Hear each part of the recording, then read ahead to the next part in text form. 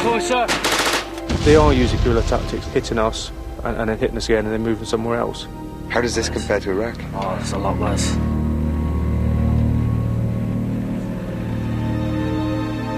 We're not here on like a UK mission. I think it's like a worldwide mission.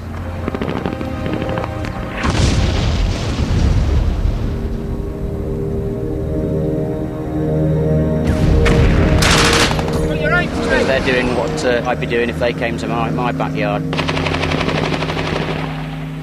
Like the Alamo, we're stuck in this compound.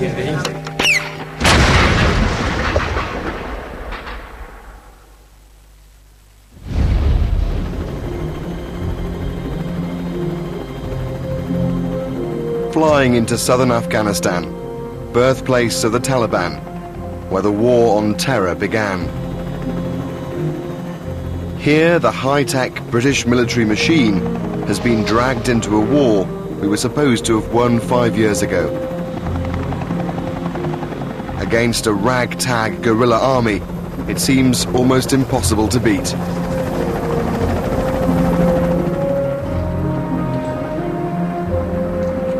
At their base in Camp Bastion, these men of 3 Commando Royal Marines are getting ready for another desert mission. They're an elite fighting force, in vehicles built not to protect, but to chase and to fight.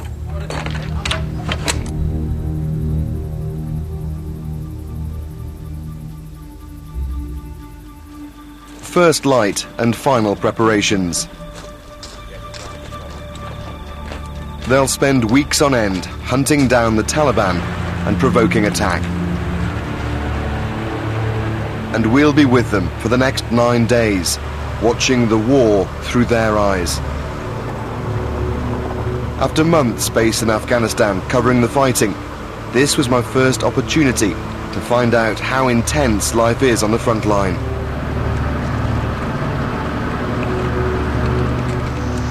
We're travelling to a place where the Taliban still have control, from Camp Bastion through the Helmand Desert to Garmsir, a main supply route for insurgents and drug dealers, and a major battleground.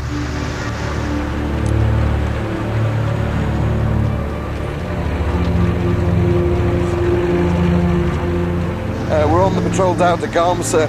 The guys we'll be travelling with are the Brigade Reconnaissance Force.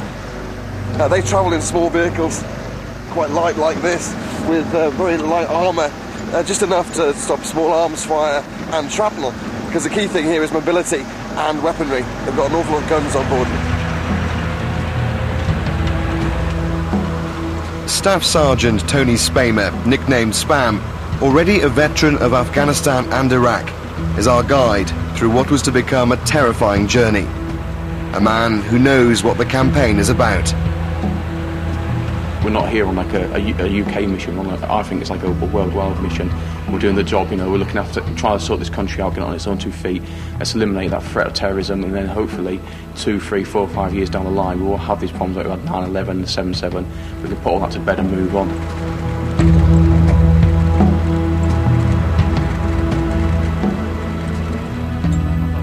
They reach the gun line, where the artillery is waiting just outside the town.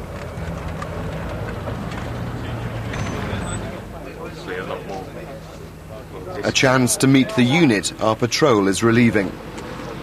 They're clearly very mobile. They move from there down to there and just of the DC. For Spam and Troop Commander Captain Jason Milne, it's an opportunity to get the latest intelligence on where up ahead their elusive enemy might be. There's also, the hill fort as you drive along that canal. 4 trees along the top of it. They're not in there, are they? Occasionally they come and go, but they keep coming back and having sniping attacks at Red 5. They are using guerrilla tactics, hitting us and then moving and then hitting us again and then moving somewhere else. And the men pulling back to base know all about it. The worst was the other day down in Garmsir down the town. It was me and another lad, and we were scanning for enemy positions where the Taliban and that was. And all of a sudden, his RPG goes off straight over their head, blows up behind us, and then just loads of small arms out, a crack that was there, and rounds was landing here, It was pretty mental, Oh, my mum was petrified every day. Like, I just got a letter off her this morning. She's just like, oh, she's in bits. The Taliban seem up for a fight anyway. Seem to still take us on, you know, even though know everything we've got and that.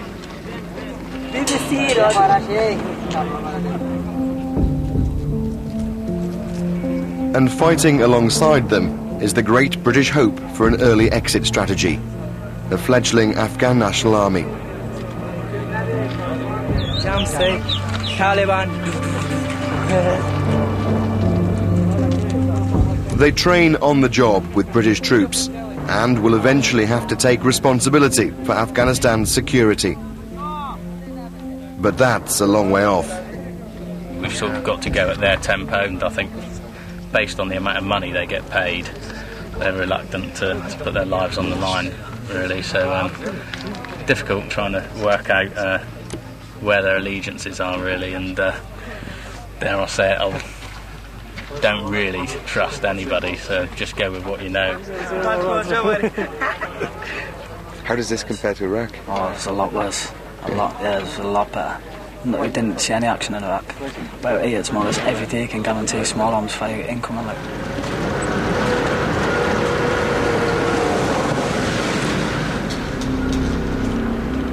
And then they were off, heading into town, straight into the Taliban-controlled areas.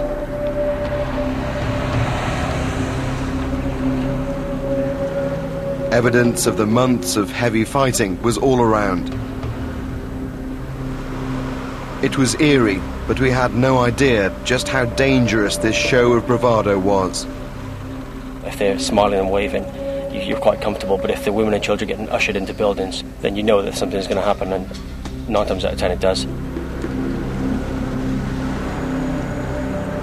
Perhaps it also took the Taliban by surprise. This time, there was no attack. But that would soon change. The idea being that we do that one first, swing north, come down into that one. So we know there are Taliban in there. It's highly likely that there's Taliban in there also. Any questions? Right. 7:30.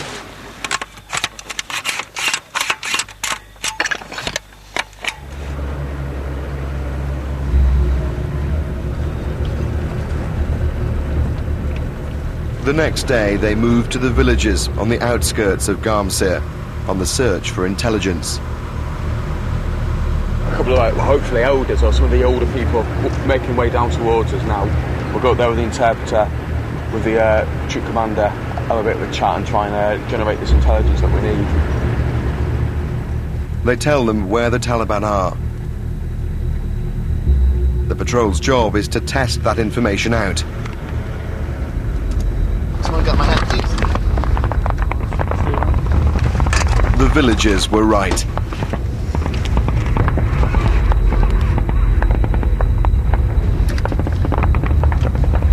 Okay, drill back, guys.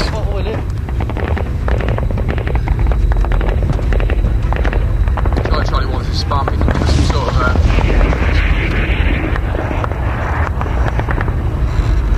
Pocket out from you.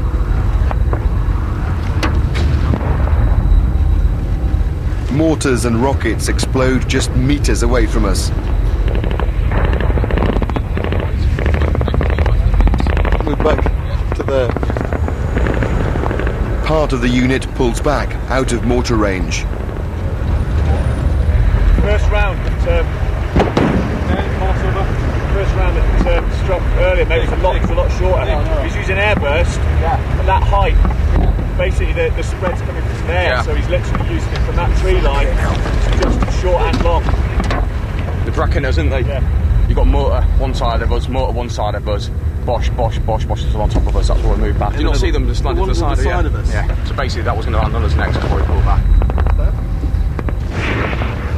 The commandos strike back, but the Taliban remain hidden.